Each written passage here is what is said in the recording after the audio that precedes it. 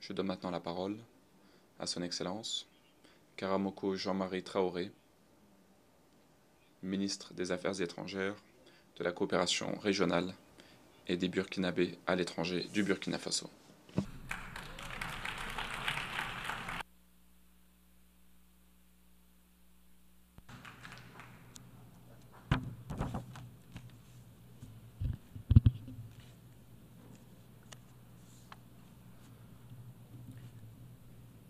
Monsieur le Président, Monsieur le Secrétaire général des Nations Unies, distingués délégués,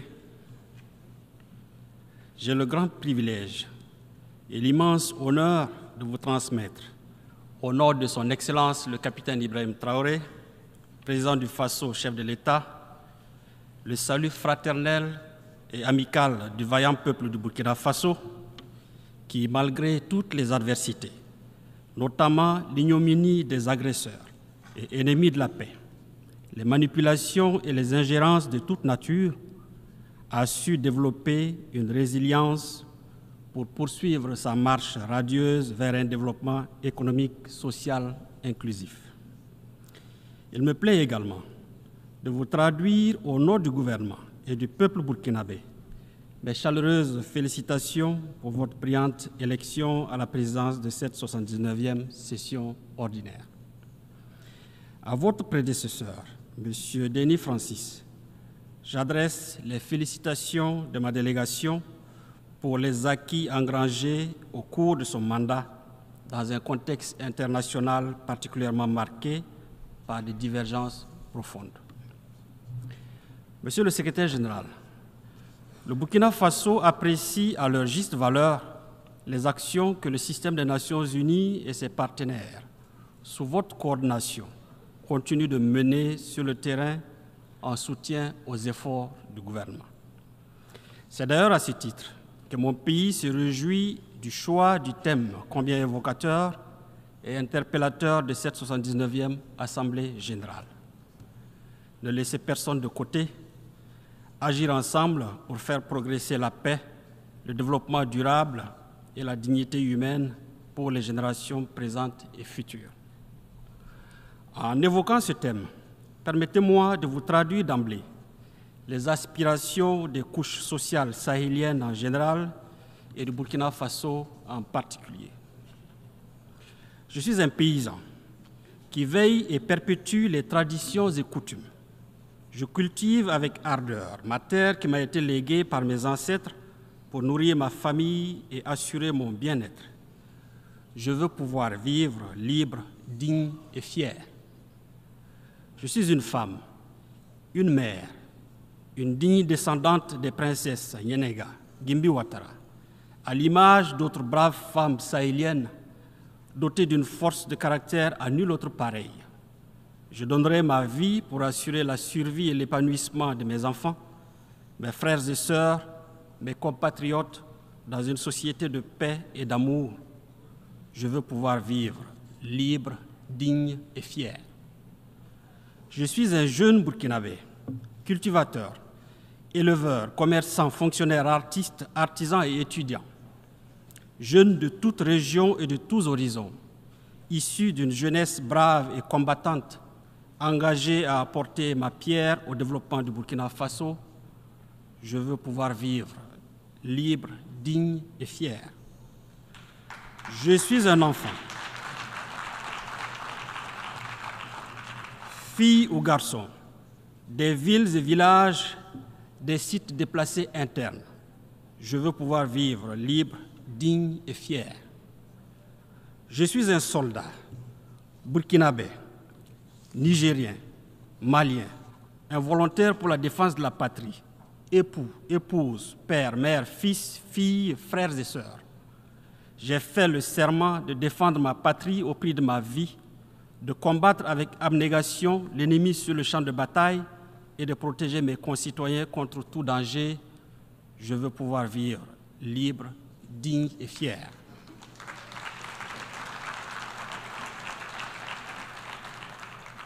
Je suis un Burkinabé vivant à l'extérieur, travailleur courageux, acharné et honnête, originaire du pays des hommes intègres. de mon séjour, loin de la mère patrie, je participe avec enthousiasme à la lutte commune pour la paix et la stabilité de mon pays et de ma sous-région. Je veux pouvoir vivre libre, digne et fier. Monsieur le Président, ces aspirations sont les balises qui organisent l'action du gouvernement dont le combat est de créer un cadre pour que vivent libres, dignes et fiers les hommes et les femmes du Sahel. Le thème de notre session, fort apprécié pour sa pertinence, exhume en réalité une préoccupation fondamentale aussi ancienne que les Nations Unies et qui est abordée par la quasi-totalité des débats qui se sont succédés ici même. C'est dire qu'il ne s'agit plus véritablement de réfléchir sur quoi faire ou que faire.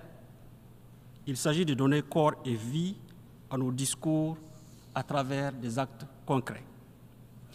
Nous devons aller au-delà des mots pour enfin agir en faveur d'un monde plus juste, débarrassé de préjugés et de stéréotypes qui tendent à reléguer certains peuples ou certaines parties de la planète au second plan, condamnés à attendre dans les geôles de l'isolement et du mépris une aide potentielle à la merci et au gré des humeurs de puissance qui prétendent être les seuls à pouvoir indiquer la marche et le rythme imprimés aux autres.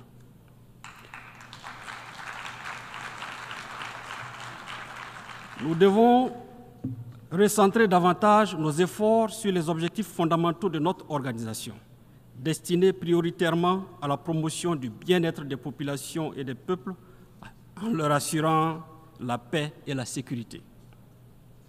Cette urgence et cette nécessité absolue de co-construire et d'agir en faveur d'un monde plus juste trouvent toute leur pertinence dans le contexte actuel où notre monde est dominé par des crises persistantes, des conflits complexes, ainsi qu'une gouvernance économique inégalitaire qui accentue la fracture entre les États, les clivages entre les peuples, avec pour corollaire des tragédies humaines. Cette configuration désastreuse est la résultante d'un multilatéralisme à la croisée des chemins, un multilatéralisme essoufflé, dont la réputation a maintes fois été écornée par les actions partisanes et prédatrices de certains États membres qui se sont érigés en maîtres du monde et qui ont fait de la soumission et de l'exploitation d'autres États la ligne directrice de leur politique extérieure. Il faut s'en inquiéter à juste titre, car il y va de l'harmonie et de la cohésion de notre monde. C'est pourquoi le Burkina Faso saisit cette tribune pour en appeler encore à la raison, à la sagesse de tous, notamment les puissances de notre planète, afin que soit privilégiée une gouvernance mondiale inclusive, débarrassée des visions hégémoniques. C'est à ce prix que nous rendrons à l'ONU toutes ces lettres de noblesse.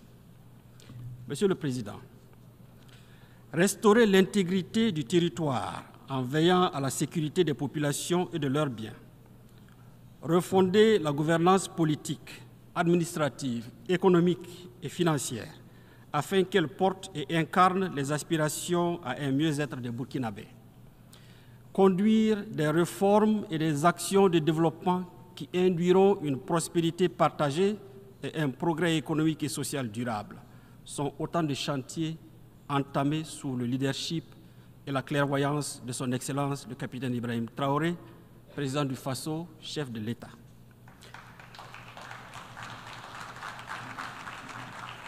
Le peuple burkinabé, qui a décidé d'affirmer et d'assumer sa souveraineté en mettant fin à son asservissement et qui a fait preuve d'une résilience extraordinaire, à l'instar de toutes les populations du Sahel, a compris l'enjeu et la portée de cette lutte et s'est mobilisé aux côtés de nos forces de défense et de sécurité. Avec ce soutien indéfectible, grâce au patriotisme, à l'ingéniosité, à la bravoure et à l'esprit de sacrifice de ses fils et filles, le Burkina Faso enregistre des succès jadis inespérés, ainsi que des résultats fort appréciables dans la lutte acharnée contre les terroristes instrumentalisés téléguidés et financés par des puissances néocolonialistes. C'est le lieu de rendre un hommage appuyé à toutes ces personnes, civiles, militaires, tombées sur le champ de bataille et dont je salue la mémoire avec déférence. Monsieur le Président, au prix de réformes stratégiques et visionnaires marquées entre autres par l'augmentation des capacités opérationnelles des troupes, la réorganisation de nos forces combattantes sur le terrain, nous avons démultiplié nos moyens d'action, avec comme effet salvateur une reprise totale en main de la reconquête des zones infestées par ces criminels et leurs alliés. De manière concrète, près de 70% du territoire est désormais sous le contrôle de l'État, contre 40% en 2022. Cela a permis la réinstallation des populations déplacées et la réouverture des écoles. Ainsi, en moins de 2 ans, les actions de reconquête ont permis à plus de 700 000 personnes de regagner leur village et à près de 1500 écoles de rouvrir leurs salles de classe, offrant la chance et le bonheur tant espérés par des milliers d'élèves de reprendre le chemin de l'école et de poursuivre leur cursus scolaire. Ces résultats qui forcent l'admiration et suscitent beaucoup d'espoir ont été possibles grâce à l'action des forces de défense et de sécurité, l'engagement patriotique des volontaires pour la défense de la patrie et le soutien ferme des populations, ainsi que de la diaspora burkinabé dans un formidable élan de solidarité. Cette mobilisation patriotique de toutes les composantes de notre peuple a permis la collecte de la somme de plus de 165 millions de dollars pour la seule année 2023, un chiffre qui a largement dépassé les prévisions initiales. C'est dire toute la détermination du peuple burkinabé à financer et à s'engager aux côtés des forces de défense et de sécurité dans la lutte noble contre les terroristes et leurs alliés. Monsieur le Président, au moment même où nous engrangeons des succès dans notre offensive victorieuse contre les forces obscurantistes, des officines à la réputation et à l'intégrité douteuse se sont curieusement engagées dans une vaste et virulente campagne de dénigrement et de stigmatisation contre nos forces combattantes qu'elles accusent de violer les droits humains sans avoir la moindre preuve à produire. Ces propagandes orchestrées visent en réalité à démoraliser les patriotes burkinabés et à saborder leur combat légitime parce que tout simplement, ces adeptes du chaos n'ont pas encore compris la dynamique en marche au Sahel, c'est-à-dire notre volonté de nous affranchir de toute tutelle et de tout paternalisme. Mon pays voudrait saisir l'opportunité de cette tribune pour traduire avec déférence son infinie gratitude à tous ses pays amis et ses partenaires sincères qui soutiennent sa cause et l'accompagnent dans la consolidation de sa marche radieuse vers un développement économique et social inclusif. Je voudrais donc inviter les États membres de l'ONU à n'accorder aucun crédit à toutes ces agitations médiatiques qui, de toute évidence, traduisent dans le fond la détresse des terroristes en déroute et de leurs sponsors. Je tiens également à les rassurer du professionnalisme et de la renommée de nos forces de défense et de sécurité, démontrées à travers leur participation aux opérations de maintien de paix et maintes fois reconnues ici même.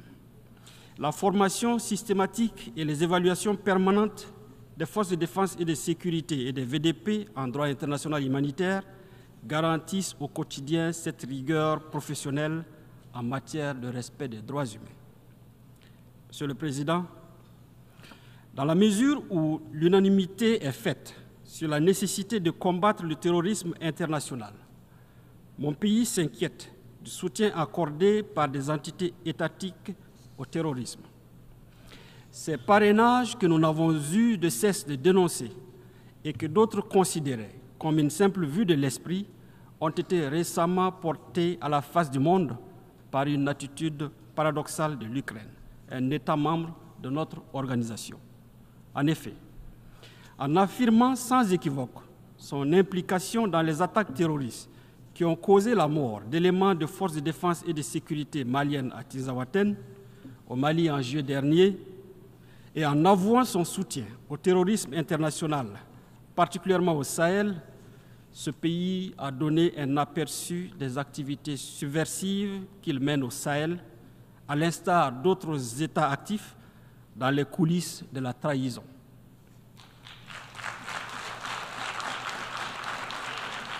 Nous réitérons notre condamnation ferme de ces actes d'agression et d'apologie du terrorisme qui violent la Charte des Nations Unies et les conventions internationales y relatives.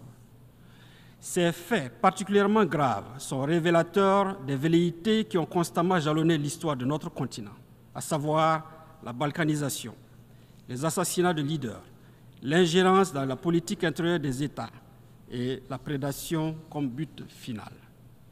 Les moyens pour y parvenir vont de la manipulation des élites nationales et des organisations régionales et sous-régionales à la perpétration de guerres par procuration, comme c'est le cas au Sahel, où l'Ukraine et d'autres pays financent et arment impunément des terroristes. Cette lecture, qui du reste trouve sa pertinence dans l'inquiétante prolifération des bases militaires dans notre sous-région, explique aussi la détention par les bandes criminelles d'armes sophistiquées et de dernière génération. Face à ce terrorisme de type nouveau, la stabilité et les fondements de nos États et de notre organisation sont compromises. Il urge donc d'engager des actions vigoureuses. Pour leur part, et s'agissant du cas de l'agression ukrainienne, les pays de la Confédération des États du Sahel en ont déjà saisi le Conseil de sécurité le 20 août dernier. Et nous attendons des réponses fermes à ce titre. Monsieur le Président, face aux impératifs sécuritaires du Sahel, le Burkina Faso, le Mali et le Niger ont décidé en toute souveraineté le 16 septembre 2023, à travers la charte du Liptako Gourma, de la création de l'Alliance des États du Sahel. Il s'agit d'une alliance militaire. Il s'agit d'une alliance militaire de défense collective et d'assistance mutuelle pour lutter contre le terrorisme et la criminalité en bande organisée sur leur territoire. Pour apporter également des réponses idoines aux défis complexes de développement, les pays de l'AES ont décidé d'étendre le champ de leur coopération aux autres domaines prioritaires de leur espace. Et c'est dans cet esprit que s'est tenu le 6 juillet 2024 à Niamey, au Niger, le premier sommet des chefs d'État de l'AES. À l'issue de ce sommet historique, leurs Excellences, le capitaine Ibrahim Traoré, président du Faso, chef de l'État, le colonel Assimi Goïta, président de la transition, chef de l'État du Mali, et le général de brigade Abdraman Tiani, président du Conseil national pour la sauvegarde de la patrie, chef de l'État du Niger, ont adopté le traité portant création de la Confédération des États du Sahel.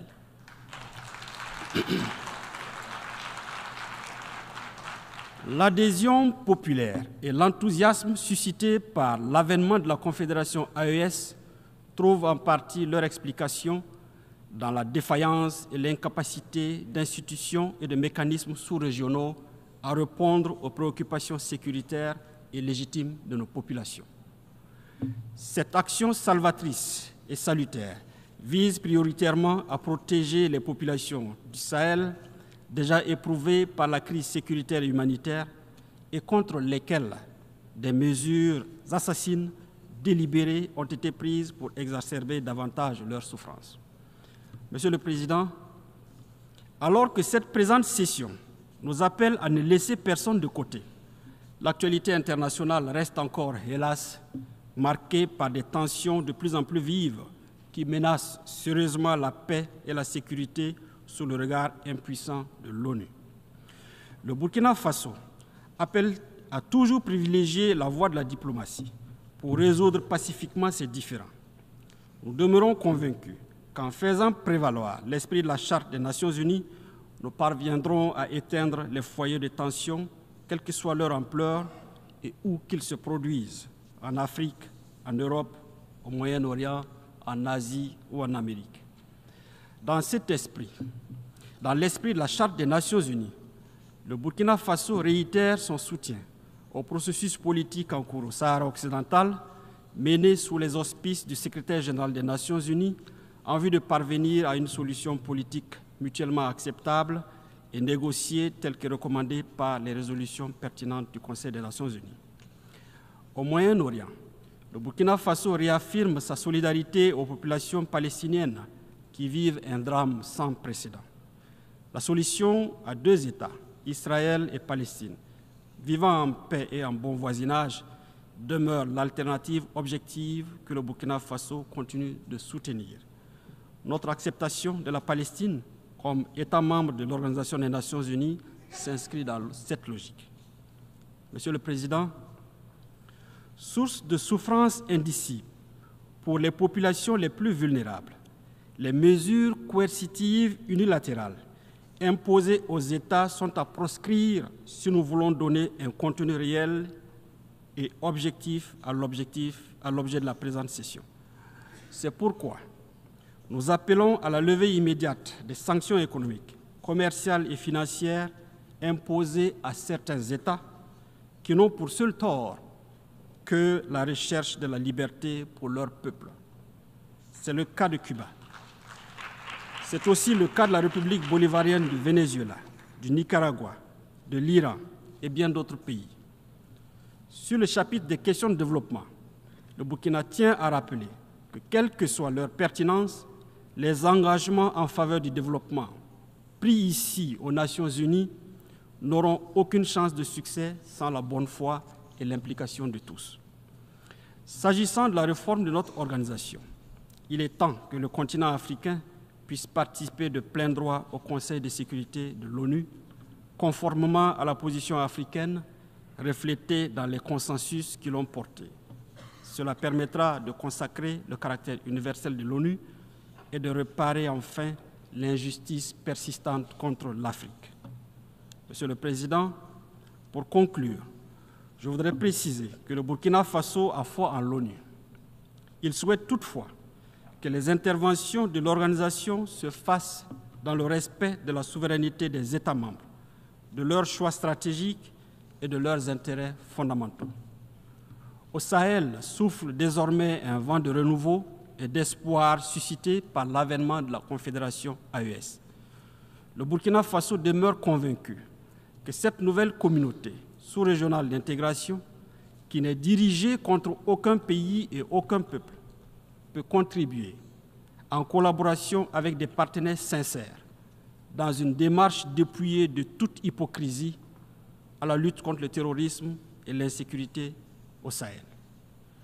Dieu bénisse le Burkina Faso, Dieu bénisse la Confédération AES, Dieu bénisse l'Afrique, la patrie ou la mort, nous vaincrons.